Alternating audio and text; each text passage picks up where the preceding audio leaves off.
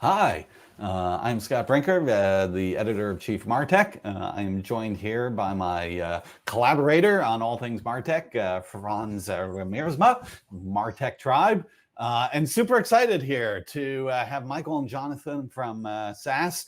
So we're going to be talking about responsible marketing. Jonathan, you want to introduce yourself? Yeah, so my name is Jonathan, or John Moran for short. I work in the marketing function at SAS, a global data management, analytics, and customer engagement provider. Michael? Yeah, hi, I'm Michael Obermaier. I'm located in Europe, more specifically in the German-speaking zone, and I'm responsible for the customer advisory piece in our organization for everything around our marketing technology solutions, and happy to be here. Awesome. We're excited to be here with you. And boy, I guess the right place to start is, John, what do we mean by responsible marketing?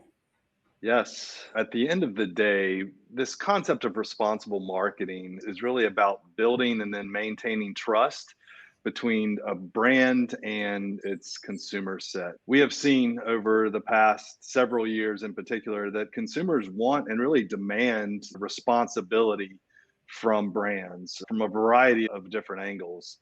And we've seen research that supports that as well. I'll just throw out a few quick statistics to get us started that really back this concept of responsible marketing. 70% of almost 80,000 consumers that were surveyed by Forrester Research in their consumer benchmark survey wished or stated that they wished companies were more transparent about their business practices. And then only 59% from the consumer trust imperative survey released by Forrester state that they believe that the tech companies that they purchase from make every effort to do the right thing morally. So only 59%, right? That's almost half or slightly over half.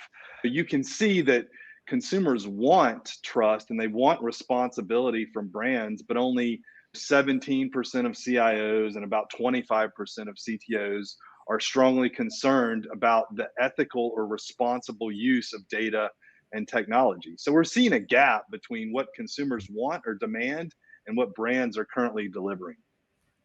And so SAS has created this responsible marketing framework to help fill that gap and help define how brands can act in a responsible manner when it comes to marketing and advertising.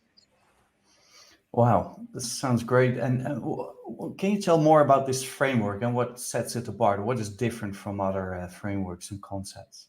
Yeah, absolutely, Franz. We really see the framework being different from a lot of other brands because we're taking the approach of looking at responsible marketing in a holistic manner, right? So a lot of companies will talk about responsible marketing only from a social perspective or a DEI perspective, for example. Other brands will talk about it only from a cultural perspective, even others only from an environmental or sustainability perspective.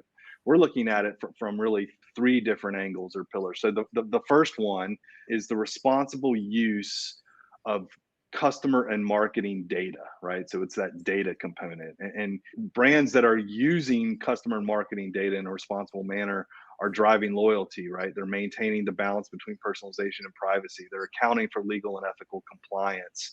They're protecting vulnerable audiences, that sort of thing. So that's the data component. The second component or pillar is really the responsible use of both existing and emerging technology, right? Existing AI, we've almost forgotten about it, right? Because it seems like generative AI is the only type of AI. That's not the case.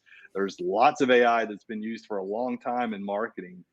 If you're using technologies in a responsible manner, then you're promoting accuracy and safety and honesty. You're empowering instead of replacing marketers and those sorts of things. And you're really driving sustainability.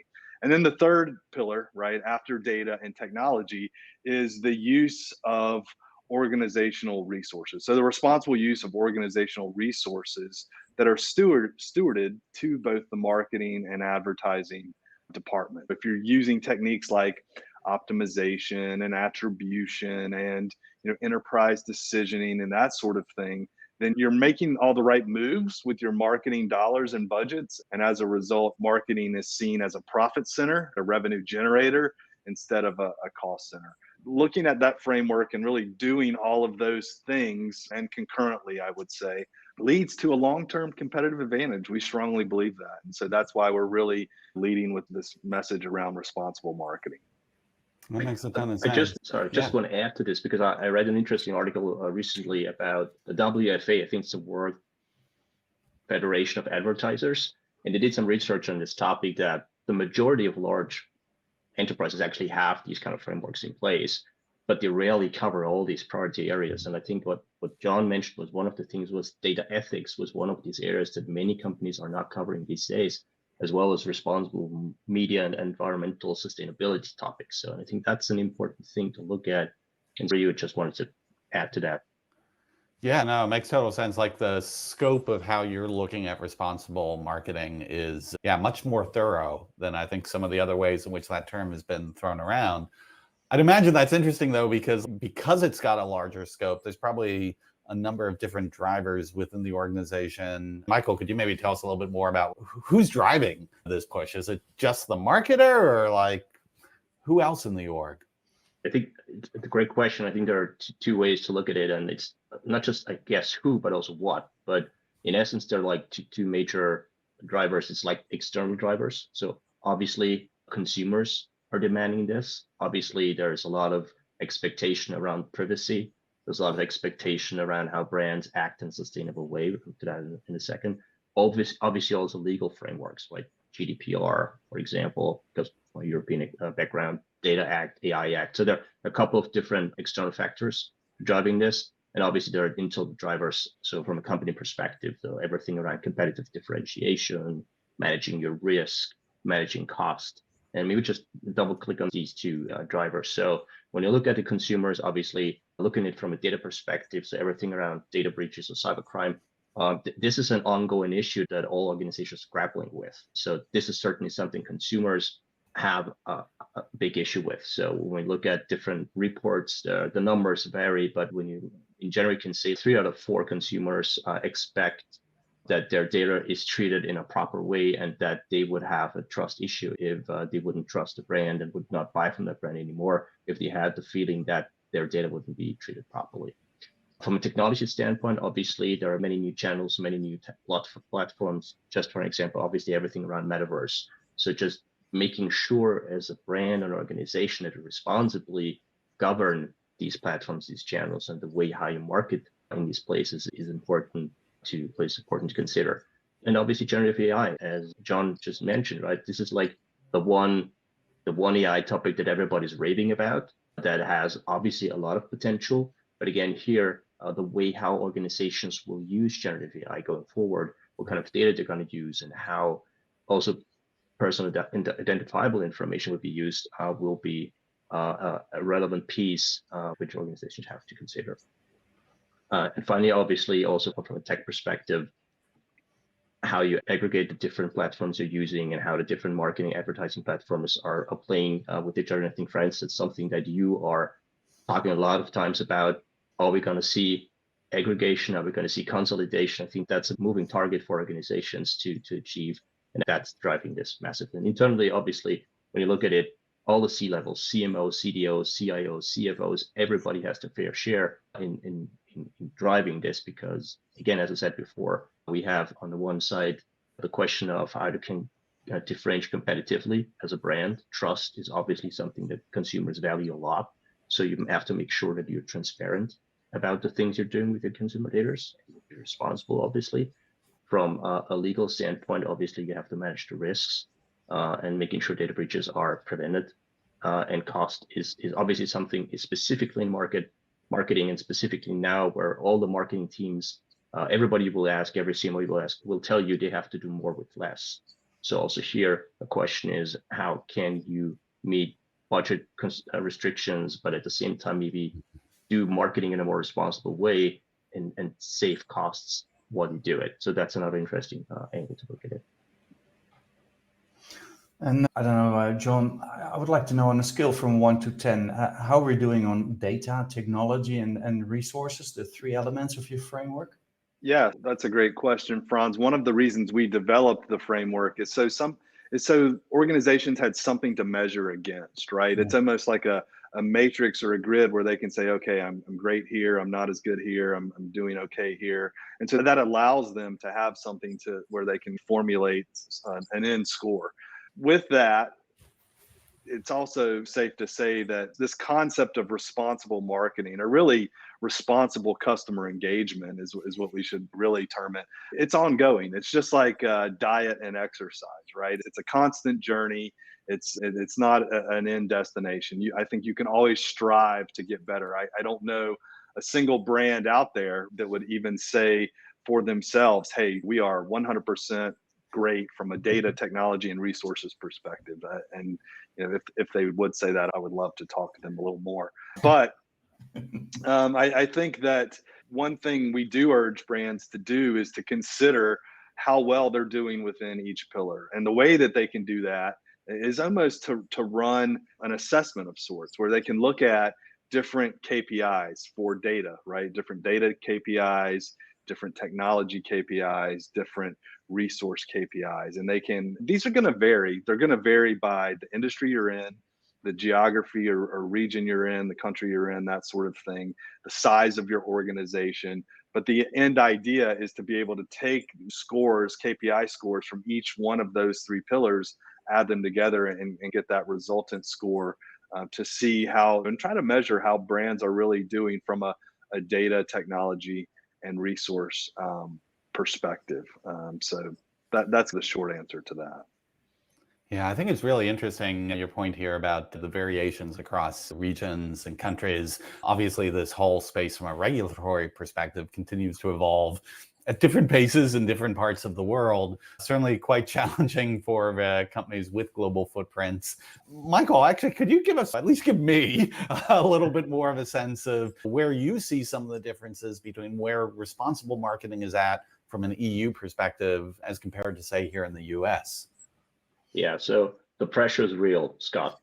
And I would say, as a rule of thumb, obviously in the economic region of the EU, legal pressure is much higher, obviously for all the companies who are located in the EU, but also for those, and I think that's important to understand, also those who want to operate within the economic region of the EU.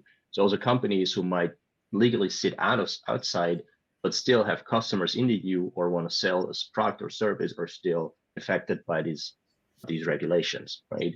And when you look at them, like just to name a few, GDPR, obviously, data protection regulations, which have been in place now for several years, have strong guardrails on what you're allowed to do with the data, how you use personal identifiable information, for example. Now, on top of this, there is a new regulation come into place, which is called the Data Act, which is just an addendum, if you will, that looks more into the way how consumers are able to use their own data that's been collected by different companies. So that's also something that empowers actually consumers, which is a good thing, I believe.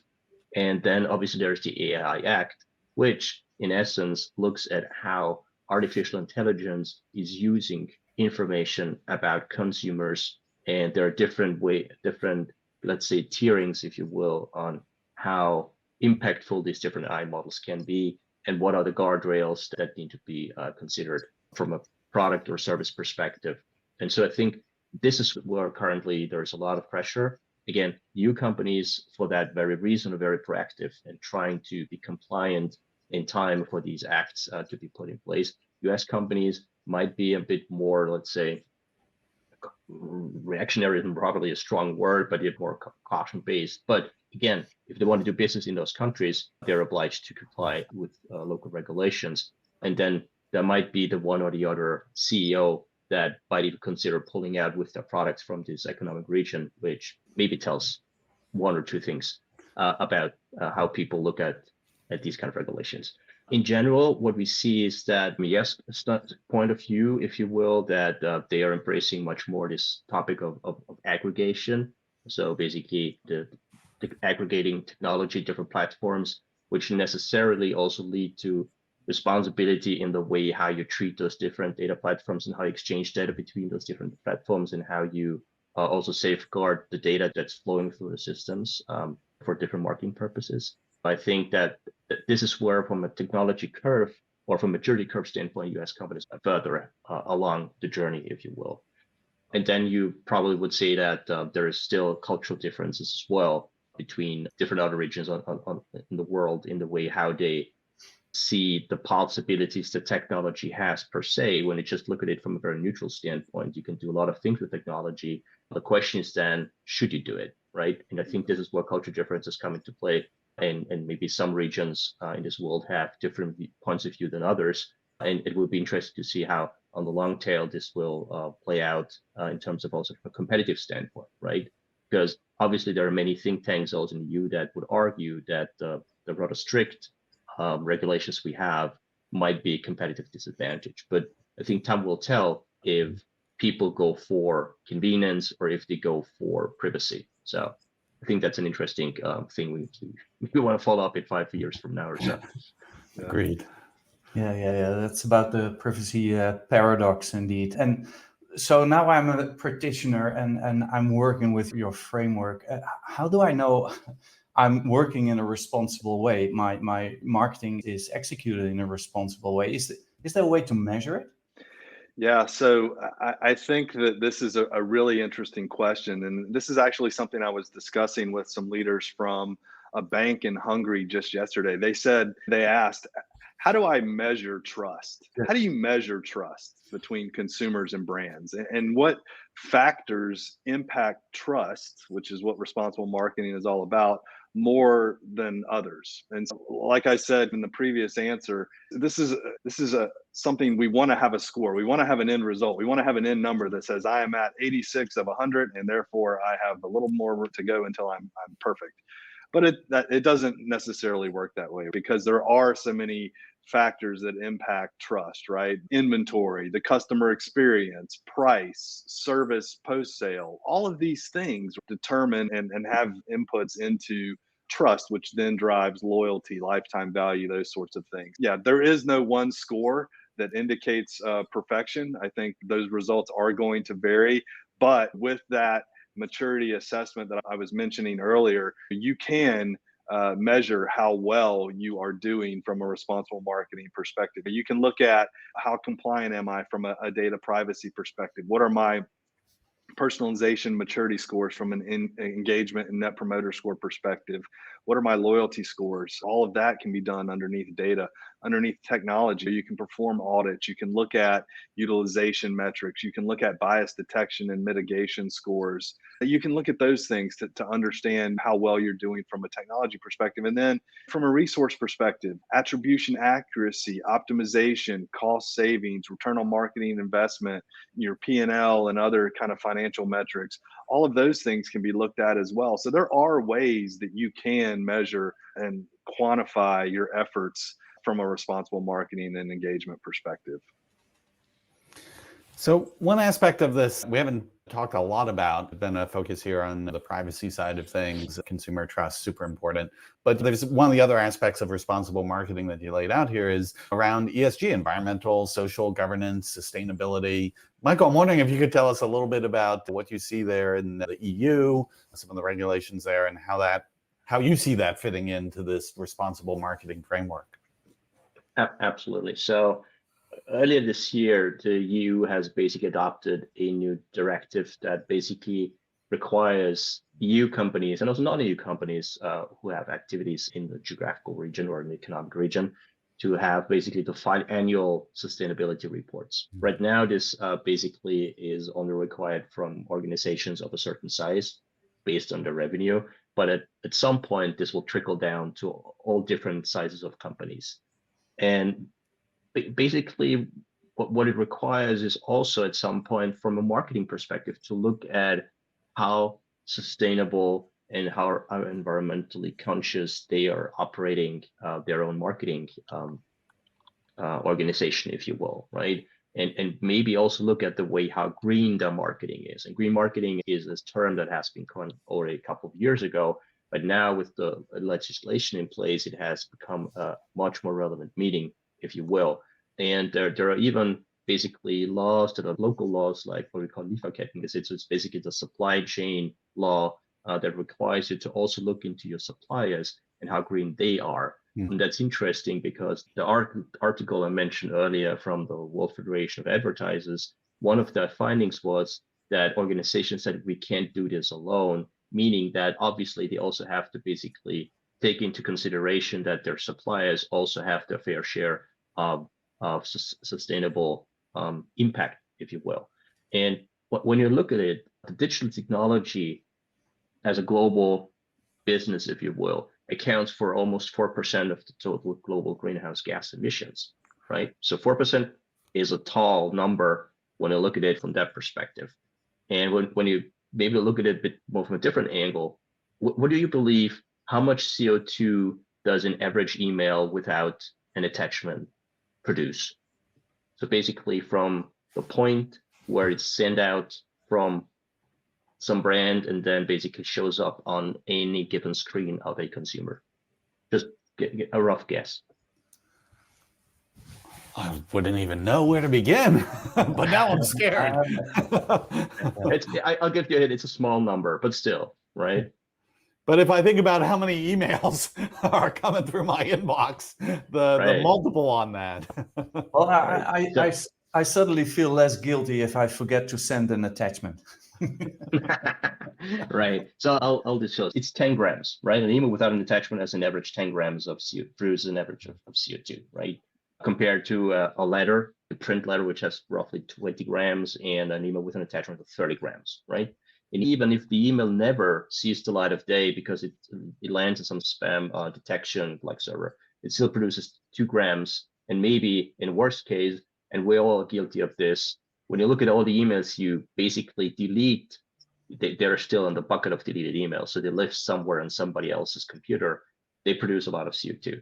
So what I'm trying to say is that organizations have to think more carefully on how they're going to use these kind of technologies and which channels are they going to use going forward. And if spray and pray is still like the way to go, or if in the age of hyper-personalization, you might consider what kind of message you're going to send through which channel, which produces maybe even the least CO2, right? So obviously, it's a more of a, if you will, philosophical conversation at this point, but there will be a point where there will be a hard number you have to produce in those reports telling some authority that you have produced a ton of CO2 with your latest, I don't know, coupon campaign, if you will, right?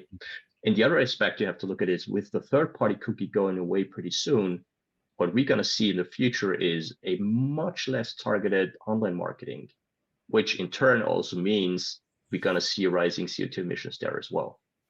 So now again, this is very philosophical at this point, but this is like how we want to maybe think about it from the future. And again, if you want to think about hyper-personalization and hyper-targeting and a segment of one, then these are actually leverage you have to be more or less environmentally conscious as a marketing organization. Yeah, that's super interesting. Wow. Yeah, and I was just thinking about the measurement. So I previously asked about measuring and can you measure trust, you said. There's a flip side. What if we don't do something? What if we fail to perform responsible marketing? What happens then? John? Yeah. What if brands are totally irresponsible in all of their marketing and customer engagement, right? Imagine a crazy scenario like that. Yeah, Michael just went into kind of the environmental side of things, which is rather alarming, but I think there's a lot of risk, right? I would bucket it into 5 main areas, right? Legal and ethical, first big bucket.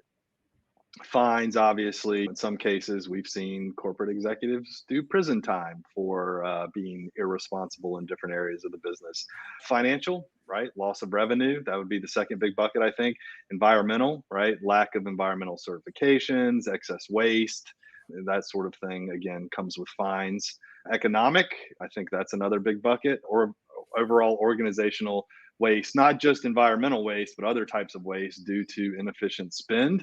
And then perhaps one of the largest ones is brand, right? You really can damage your brand. If you're irresponsible, you've got the inability to build brand equity, to build health. You've got a lack of competitive advantage, and you don't have any brand differentiation. That can severely harm organizations, particularly ones that aren't very well established. I would say, generally speaking, to summarize that, the risks are in the EU, legal consequences, large fines, particularly with the introduction of the EU AI Act and how the fine amount for that act is so much different than the fine amount for GDPR.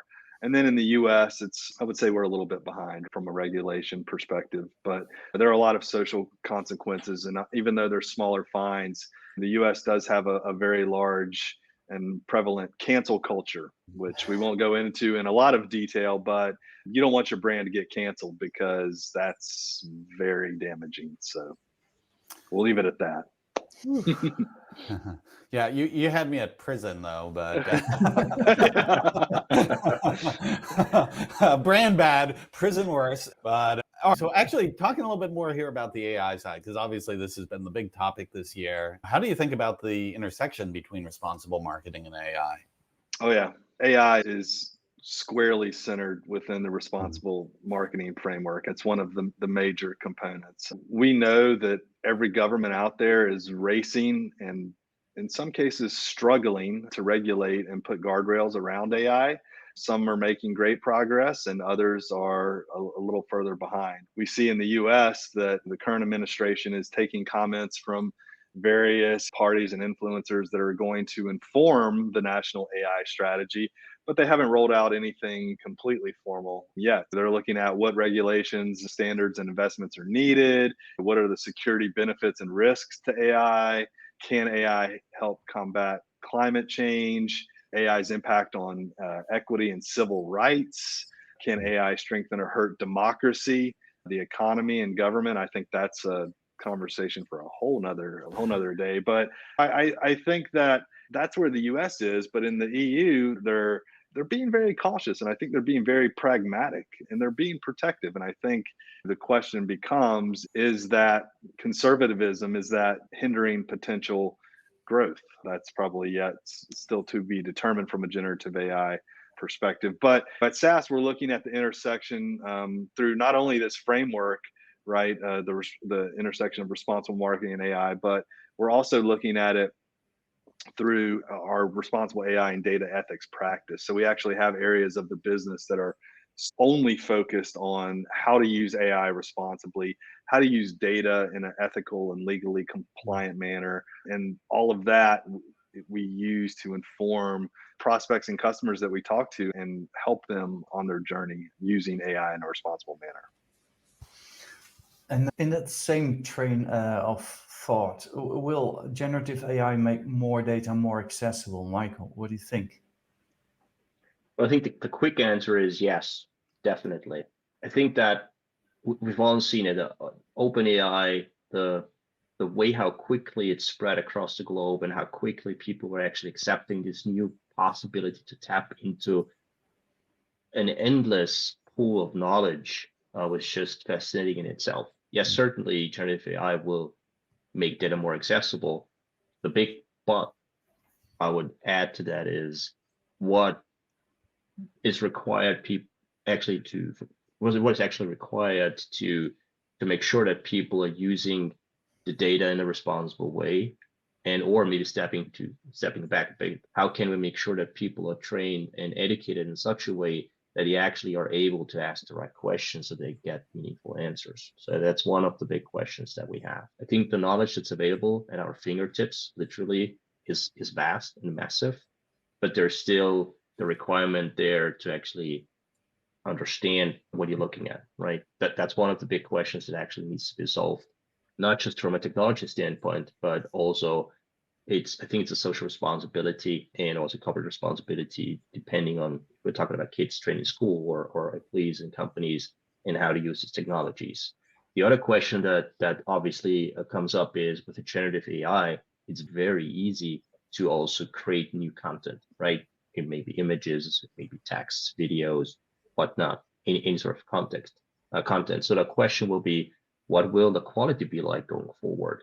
And we already see that there are web pages basically growing like mushrooms that have only Gen AI created content, right? So the challenge or the danger, if you will, or whatever way you want to look at it, is, do we create an echo chamber? Do then large language models basically learn from themselves and the content they have created themselves?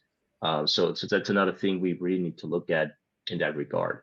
And also coming back to the training piece, basically, how can we make sure that when people are using this technology, what kind of data are they providing? Because most of these models nowadays, if they are free, as we all know, they usually take all the data you input to learn and train their own models. So there need to be guardrails in place, which are for paid services to avoid that the models are basically trained on the inputs, which from a corporate standpoint is also something that you need to consider, right? Because if some smart intern starts to, I don't know, take some Excel spreadsheets and upload them into OpenAI to create something interesting out of it, and suddenly some corporate secrets are in the OpenAI or any other LM model to be trained upon, that's a huge problem, right? So again, there's a lot of kind of like training and skills and capabilities that need to be put in place. But long answer, short point, or whatever you want to call it, is yes, it will be more accessible, but there are a lot of things we need to consider. Let's put it that way. Oh, wow. Yeah, man, we could go so deep on so much of this. Keeping an eye on the clock, though, I think maybe want to wrap this up with one last question, which is just stepping back. Any other additional advice? If there's sort of one thing you'd be saying to folks as they're thinking about heading into 2024, how to make sure that they're bridging responsible marketing globally across their business, across the US, EU, other countries. What's the takeaway that, like, all right, if nothing else, remember this? So maybe I would give one, I don't know, maybe John, if you want to add something to that. So obviously from my EU kind of point of view, when it comes to data and technology, I would say the general rule of thumb is look for the highest bar and aim for that, right? Then you're obviously on the safe side, right? Which when you're not an EU-based company or you're not yet planning to do business in the EU, then obviously that's something you should take a close look at and maybe take 1 or 2 pages out of that privacy and data protection playbook. Because on the long run, and this is what I'm a firm believer is, customers will value if you are open and transparent in the way how you treat the data, and they will earn or they will pay you with that trust and the loyalty on the long run. Yeah, that's a great point. I couldn't have said it any better. I would say one thing to add is if you're looking at this from a global perspective and you're a global company and looking at how you bridge different use cases and the different pillars within the responsible marketing framework across countries, the first thing is this isn't going to go away, right? It's only going to become more and more stringent over time. So now is the time to start looking at things from a responsible marketing manner and take it as an opportunity, right? Don't see it as so much as a challenge, but as an opportunity to do things like question utilization, right? From a technology perspective, question your data strategies and how you're collecting and storing and leveraging data and how you're activating it. Question how you're using your resources, right? Are they being used in the proper manners? So all of those things aren't necessarily bad. I feel a lot of times when we talk about responsible marketing, it's oftentimes with a negative kind of bent or angle to it, but it's not always the case, right? It can certainly be very beneficial to organizations. So thanks, Scott and Franz, for having us on today. Really appreciate the time. Yeah, really great conversation. I learned a lot and I like it a lot. And I see similarities with Martech. Martech, as Scott and I know, it's never done. You know it.